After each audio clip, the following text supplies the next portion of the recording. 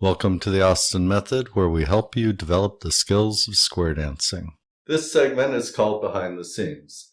This is where we share things with you other than the skills we're already sharing in the Austin Method.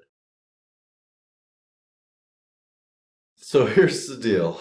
As if I weren't already in enough trouble, I told you about levels. Not supposed to call them levels, but I told you about levels. Now I'm really going to go off the rails and I'm going to tell you about the misuse of levels.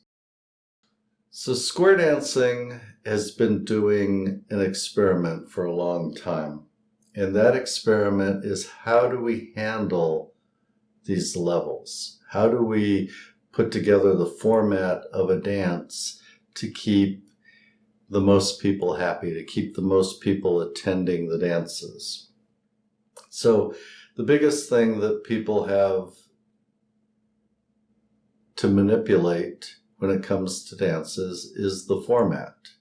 And by format, I mean, what level of dance is it and what's going to be involved? So you can have a dance that is just a plus dance, or just a mainstream, or just a social square dance, or, and this is what's more common and what we're going to talk about here, you can have mixed format dances, which means you can have a mainstream plus dance, you can have a mainstream plus and rounds, you can have a mainstream and line dancing, you can have mainstream plus and line dancing, you can have all kinds of, some callers got into square dancing from contra, so they introduced a little contra in between the actual tips of square dancing.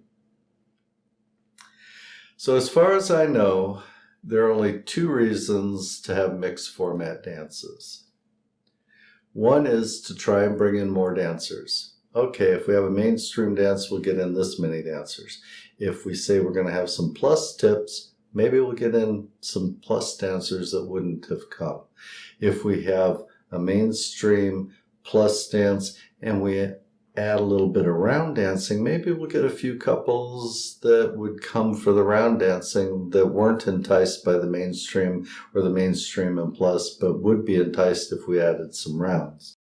So it's a way of trying to get more people in the door. And that can backfire, and I'm going to talk about that in a minute. The other reason to have mixed format dances is, remember, clubs are social organizations and they are run by officers, and the officers are typically people very dedicated to the clubs, but they're also the more experienced dancers who have been around for a while. So if you have a mainstream club, but your officers or plus dancers are like, it'd be nice if we got to dance plus every now and then, so why don't we just have a mixed format dance and we'll have a plus tip every third tip. So it's really about trying to please a few people in the organization and get them a little bit of floor time at another level.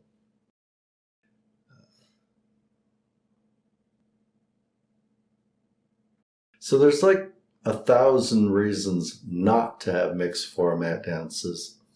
Okay, that's a little bit of hyperbole, but I can offer two really, really good reasons not to have mixed format dances. First, let's talk about the alternating tip problem.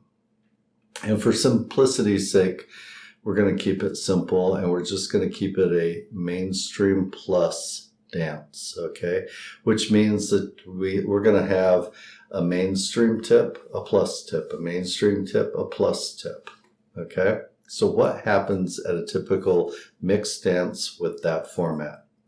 So what happens is, the first tip, everybody comes in, they're happy to see each other, they're greeting everybody, and we have the first tip, and it's mainstream. Everybody's on the floor. The mainstream dancers are on the floor, the plus dancers are on the floor, and it's a great tip. Everybody has a great time, the energy's good, none of the squares are breaking down, and it's great. Looks like it's going to be a great night.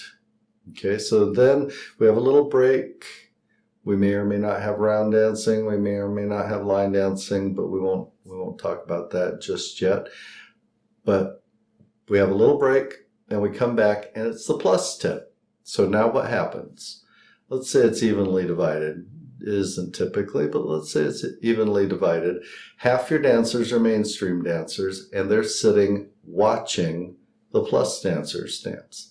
The plus dancers get up and they have a good tip and they're having a good time and they're dancing pretty good, and the mainstream dancers wouldn't know if they made a mistake because they don't know the plus calls, but they're watching them and they're doing pretty good.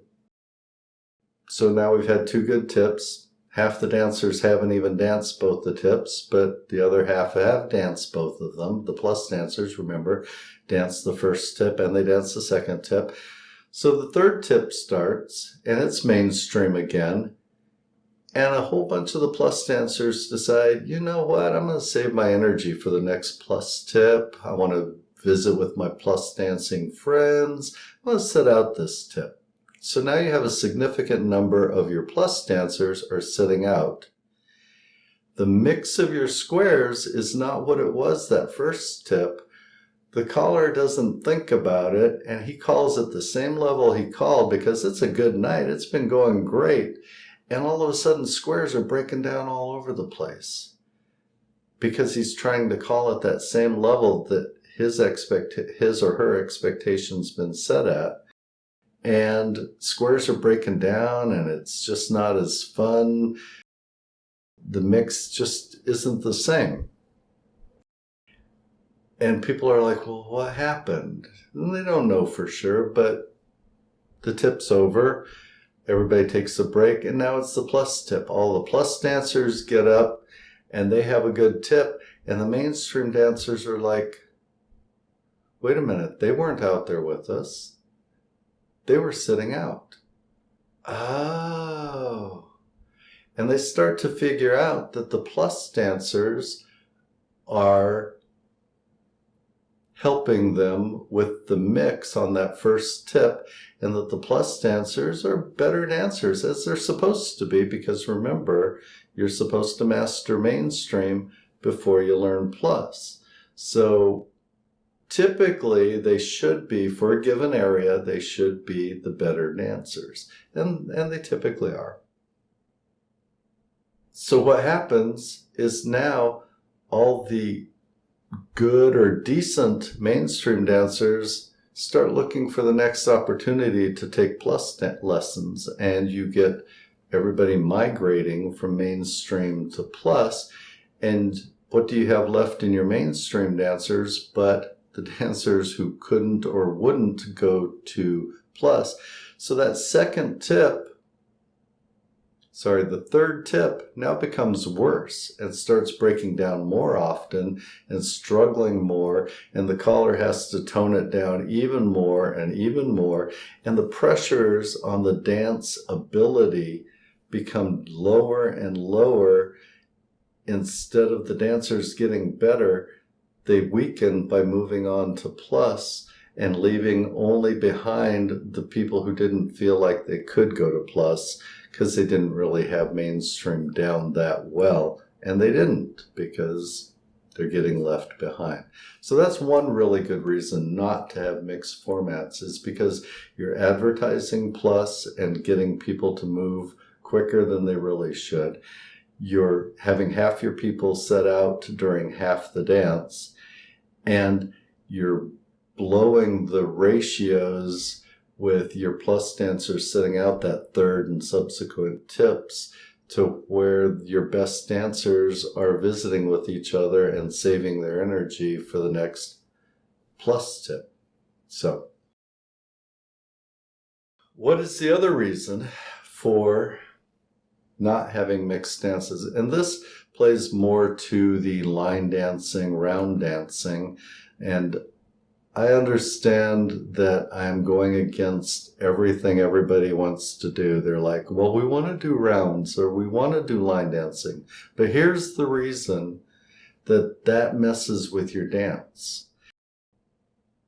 One of the very first things and one of the other than learning the calls and choreography, one of the most important things that a caller learns at caller school is how to program a dance. There's an arc of, it's more like a roller coaster of energy. You don't want to have the energy way, way, way up too early. You'll burn your dancers out. And you don't want to have it too low because you want them to come in excited. So you start them in the middle, you raise it up, and then you give them a break. And you have this emotional or this energy roller coaster through the night. And different callers program it differently depending on what kind of material they have, what kind of dance it is, what the dancers are doing, that kind of thing. But here's the problem with mixed dances.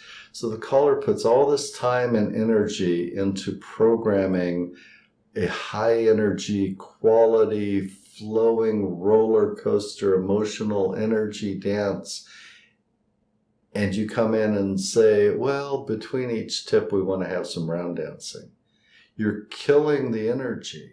Whatever they've tried to build, now just they have to start over each tip, and it never achieves the level of dancing that you really want to achieve, because you've got these breaks where most of the dancers are sitting out, and even if they're not, they're round dancing, which has nothing to contribute to the program that the caller has tried to present. So it's the difference between coming out of a dance and, wow, that was something, and, well, that was okay, you know. And it's not the caller's fault. The caller might have programmed an excellent dance, but wasn't given up an opportunity to present that program because the club insisted on breaking up their flow of energy through the tips. Make sure to like and comment before you go. This is the way YouTube tells other people that you found this material engaging one way or the other. Comments are always appreciated. Likes and shares, of course, are much appreciated. And remember, however well-informed and carefully considered they may be, the opinions expressed here are solely my opinions and don't necessarily reflect the opinions of others involved in this production. Thank you for visiting the Austin Method. We hope to see you on the dance floor soon.